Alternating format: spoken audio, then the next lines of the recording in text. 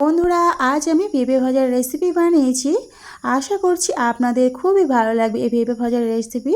যদি আপনারা দেখতে চান তাহলে প্লিজ ভিডিওটা লাইক দিয়ে ভিডিওটা কন্টিনিউ করার চেষ্টা করবেন। একদম সহজ পদ্ধতিতে এই পেঁপে ভাজার রেসিপিটা বানিয়েছি। তো চলো শুরু করা যাক, কথা না বাড়িয়ে। তো এখানে আমি মাঝারি সাইজের একটা পেঁপে নিয়ে নিয়েছি। এটাকে আমি কেটে নিয়েছি। কাটার পরে পেঁপেটাকে ভালোভাবে ধুয়ে পরিষ্কার করে নেব। তো একদম পাতলা পাতলা করে একই সাইজে কেটেছি। আপনারা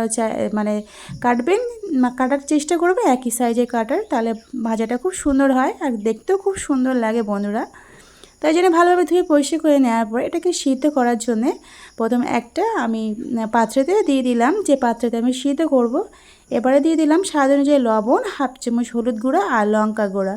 এটা কিন্তু ঝালের লঙ্কা গুঁড়া, এটা কাশ্মীরি লঙ্কা নয়। আমি একটু ঝাল পেঁপেটাকে একটু ঝাল ঝাল করার জন্য তাই লঙ্কা গুঁড়ো দিয়ে একটু সিদ্ধ করে নেব।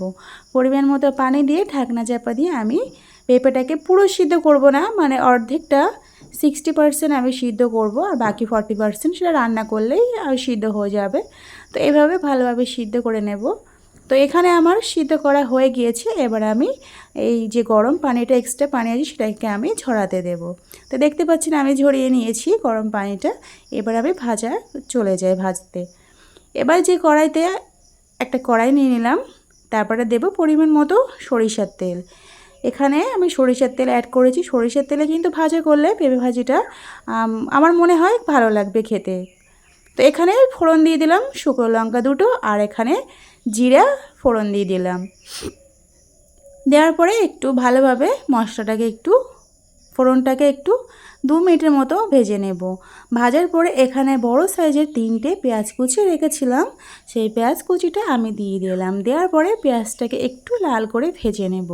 আমি কাঁচা পেঁয়াজ একটু রাখবো না, কারণ পেঁপে তো আমার সিদ্ধ করা হয়ে গিয়েছে। আর পেঁয়াজটা যদি একটু কাঁচা রাখি তাহলে পেঁয়াজ থেকে অনবরত পানি বের হবে, সেই জন্য পেঁয়াজটাকে একটু লাল করে নিতে হবে। তো এবার আমার পেঁয়াজটাও লাল করা হয়ে গিয়েছে। এবার আমি যে পেঁপে সিদ্ধ করে রেখেছিলাম সেই পেঁপে সিদ্ধটা পুরোটাই আমি দিয়ে দেব। তো এখানে পুরোটাই দিয়ে দিলাম। দেওয়ার পরে ভালোভাবে পেঁয়াজের সাথে আমি মিক্সড করে নেব নেড়ে চেড়ে। এবার আমি আরও কিছুটা পরিমাণ মশলা অ্যাড করব, কারণ আমি একটু কম হয়েছে গালে, আমি চেক করে দেখেছি লবণ একটু কম হয়েছে, ঝালটাও কম হয়েছে। তো এখানে জিরে দিয়ে দিলাম হাফ চামচের মতো, ধনিয়া গুঁড়া হাফ চামচের মতো দিয়ে দিলাম, আর গোলমরিচের গুঁড়া হাফ চামচের মতো দিয়ে দিলাম। এখানে লঙ্কা গুঁড়া আর একটু কিছু পরিমাণ অ্যাড করলাম। অ্যাড করার পরে এবারে ভালোভাবে নেড়ে চেড়ে নেওয়ার পরে আমি লবণটাও দেব, কারণ একটু লবণটা কম হয়েছে, আপনারা স্বাদ অনুযায়ী দেবেন। তো এখানে লবণ দিয়ে দিলাম। দেওয়ার পরে মিক্সড করে নিয়ে আমি একদম পেঁপেটাকে খুব ভাজা ভাজা করে নেব।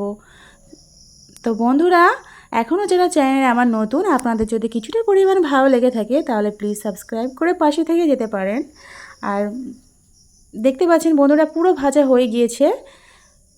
তাহলে বন্ধুরা কমেন্টে কিন্তু জানাতে ভুলবেন না পুরনো বন্ধুরা।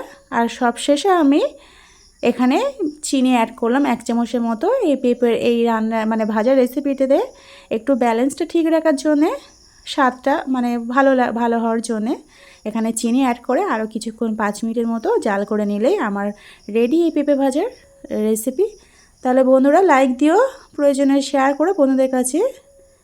তো বন্ধুরা আজ এই পর্যন্ত, আবার অন্য এক রেসিপি নিয়ে আপনাদের সামনে হাজির হব। তো বন্ধুরা সুস্থ থাকবেন, ভালো থাকবেন, খোদা হাফেজ।